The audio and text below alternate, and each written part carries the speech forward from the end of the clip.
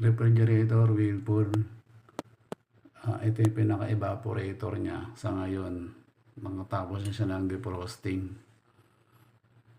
Tapos nung defrosting cycle, mapansin nyo kanina may 0.5, di ba? Nakita na siya may 0.5. Nawanoy na rin kayo nag-tick. Yung 0.5, naging 0.00 na. Ibig sabihin, nag-trip na yung pinaka-defrost sensor nyo. Yan. So, hindi na umaandar yung heater kasi tapos na niyang malusaw ang yelo. So, ang cause kung bakit siya nag-iingay, yan yung pinaka-fan motor. Minsan umiingay yan, tapos nawawala.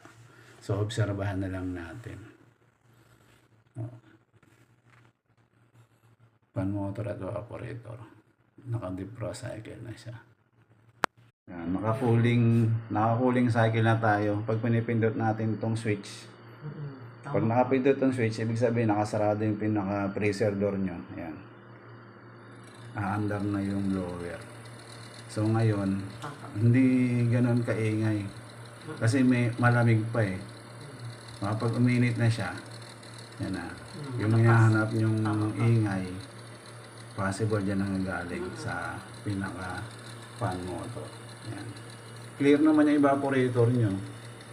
So, hindi siya nag-ice build up. Ibig sabihin yung defrosting sensor nyo, heater, and timer, siya, nagpo-function. Yan. So, ang gagawin natin, i-requestan ko na kayo ng fan motor o i-ready natin yung fan motor nyo para in case na umingay siya, yan na yung papalitan natin. Yan. Pag binuksan yung pintuan, yan, aangat yung switch. Wala yung ingay.